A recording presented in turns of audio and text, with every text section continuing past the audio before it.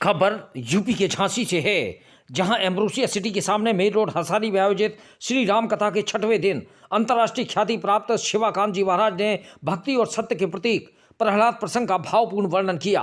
भक्त प्रहलाद की अमिट श्रद्धा, सत्यनिष्ठा और भगवान नारायण में अडिग विश्वास ने उपस्थित श्रद्धालुओं के हृदय को गहराई तक छू लिया।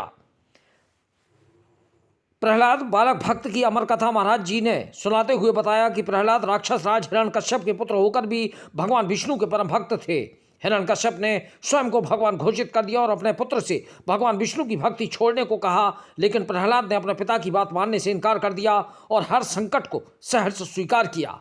उनकी भक्ति ने सिद्ध कर दिया कि भगवान की शक्ति से बड़ी कोई ताकत नहीं होती। आधुनिक संदर्भ में प्रहलाद का प्रसंग आज के समाज में सत्यनिष्ठा के मार्ग पर चलना कठिन है, लेकिन यह प्रसंग यह सिखाता है कि सत्य के लिए लड़ाई लड़ना सबसे बड़ा धर्म है। जैसे प्रहलाद ने विषम परिस्थितियों में भी भगवान पर विश्वास बनाए रखा, हमें भी जीवन की कठिनाइयों में धैर्य और विश्वास नहीं खोना चाहिए। हिरण्यकश्यप ने प्रहलाद को अग्नि में डालने, विष पिलाने और खाई में गिराने जैसे कई प्रयास किए, लेकिन हर बार भगवान नारायण ने उनकी रक्षा की। यह दिखाता है कि जब हम सत्य और धर्म के मार्ग पर होते हैं तो स्वयं ईश्वर हमारी रक्षा करते हैं। महाराज जी ने होलिका दहन की भी कथा सुनाई, जिसमें प्रहलाद को अग्नि में जलाने का प्रयास किया गया।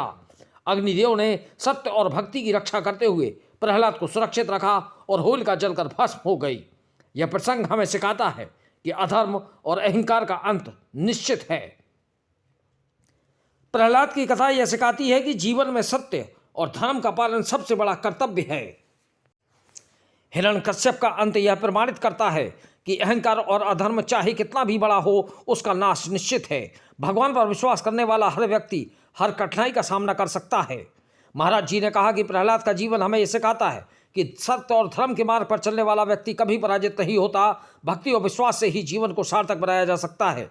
उन्होंने श्रद्धालुओं से अपील की कि वे प्रहलाद के आदर्शों को अपने जीवन में अपनाएं और समाज में सत्य और भक्ति का संदेश फैलाएं।